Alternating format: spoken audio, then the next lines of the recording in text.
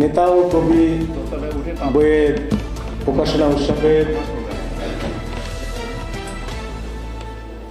মুক্তিযুদ্ধ প্রজন্মের সম্মানিত সভাপতি, উপস্থিত প্রধান আলোচক, যুবদলের সাবেক সভাপতি, বিএনপির চেয়ারপারসনের উপদেষ্টা সৈয়দ মোয়াজ্জেম হোসেন আলাল ভাই, বরিশালের কৃতি সন্তান, বিএনপির নির্বাহী কমিটির সদস্য আবু নাসের মোহাম্মদ রহমতুল্লাহ, বিএনপির নেত্রী রিটা রহমান সহ সকল নেতৃবৃন্দ, সবাইকে শুভেচ্ছা।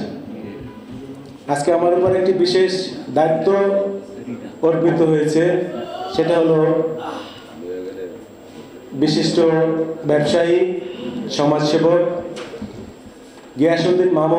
গিয়াসউদ্দিন আল মামুন আজকের এই প্রোগ্রাম সভায় উপস্থিত থাকার কথা ছিল। গিয়াসউদ্দিন মামুন সাহেব আমাদের আজকের নেতা ও কবি বইয়ের লেখক কালাম ফাজি সাহেবের অত্যন্ত ঘনিষ্ঠজন। তো তিনি তার ব্যক্তিগত কারণে আজকে সবাই ফিজিক্যালি উপস্থিত হতে পারেননি।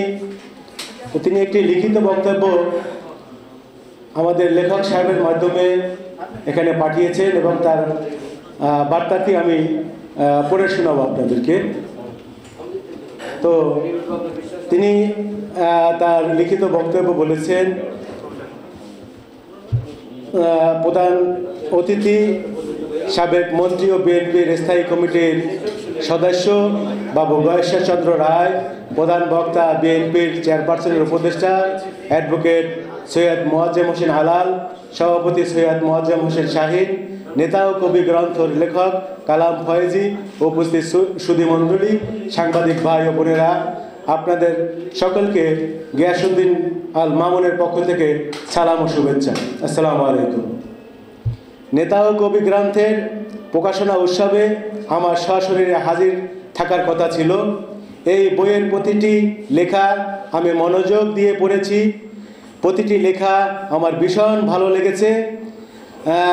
বিশেষ করে নেতা, কথা, কবি, মূল্যবোধ, মন, বিবেক, আমি, রাজনীতি ইত্যাদি শিরোনামের লেখাগুলি আমার বেশি ভালো লেগেছে।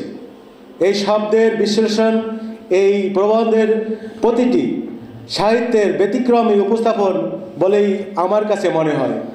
আমি সাহিত্যব্রতীর সুস্বাস্থ্য ও কল্যাণ কামনা করছি। ধন্যবাদ আপনাদের সবাইকে। আসসালামু আলাইকুম। তো আজকের আলোচনা প্রকাশনা উৎসবের যে মূল আলোচনা, এখানে স্বাধীনতার 53 বছর ও বর্তমান আমাদের অর্জন। 53 বছরে আমরা কি অর্জন করতে পেরেছি তা আমার বোধগম্য নয়। বর্তমানে আমরা যা দেখতেছি, দেশের যে পরিস্থিতি, আমাদের পার্শ্ববর্তী কান্ট্রি ভারত, বিগত সরকারের আমলে যে আমাদের ফ্যাসিস্ট স্বৈরাচারী শেখ হাসিনা সরকার দীর্ঘ 17 বছর আমাদের দেশের জুলুম, অত্যাচার, নির্যাতন, শোষণ করেছে।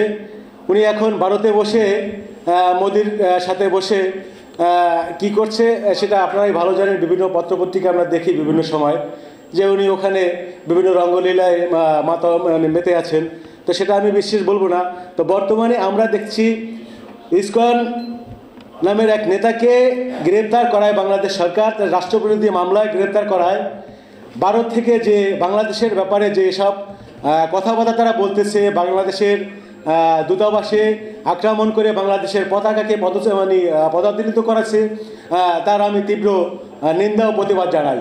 আমি এই আলোচনা সভা থেকে আমাদের যে আজকের প্রধান আলোচক আলাল ভাইকে আমি বলবো, সে বিশেষভাবে বলবে। আমি একটা কথা বলবো, আমাদের সকলের উচিত ভারতের সকল পণ্য বর্জন করা। আমরা কদিন আগে দেখেছি আমাদের যুগ্ম মহাসচিব রিজভি ভাই তার স্ত্রীর একটি শাড়ি তার একটি অনুষ্ঠানে পুড়িয়ে সে প্রতিবাদ স্বরূপ সে এখানে জানান দিয়েছে যে ভারতের পণ্য আমাদেরকে বর্জন করার জন্য সে একটা প্রতীকী একটা সিম্বল দেখিয়েছে তার স্ত্রীর শাড়ি পরিয়ে। তো আমি এখান থেকে সবাইকে উদ্দেশ্য করে বলবো এবং জাতির কাছে বলবো যে আমরা ভারতকে বর্জন করি, ভারতের প্রতিটি পণ্য বর্জন করব এবং ভারত যদি আমাদের সাথে রক্তচক্ষু দেখায় সেই রক্তচক্ষুকে উপেক্ষা করে বাংলাদেশের প্রতিটি পদক্ষেপে আমরা মোকাবিলা করব এবং জাতীয়তাবাদী মুক্তিযুদ্ধের প্রজন্ম জাগ্রত বাংলাদেশ আমাদের যে এবং জাতীয়তাবাদী দল বিএনপি সকল নেতাকর্মী কে সাথে নিয়ে বাংলাদেশকে ভারতকে আমরা প্রতিহত করব এই আশাবাদ ব্যক্ত রেখে আমি আমার বক্তব্য শেষ করছি।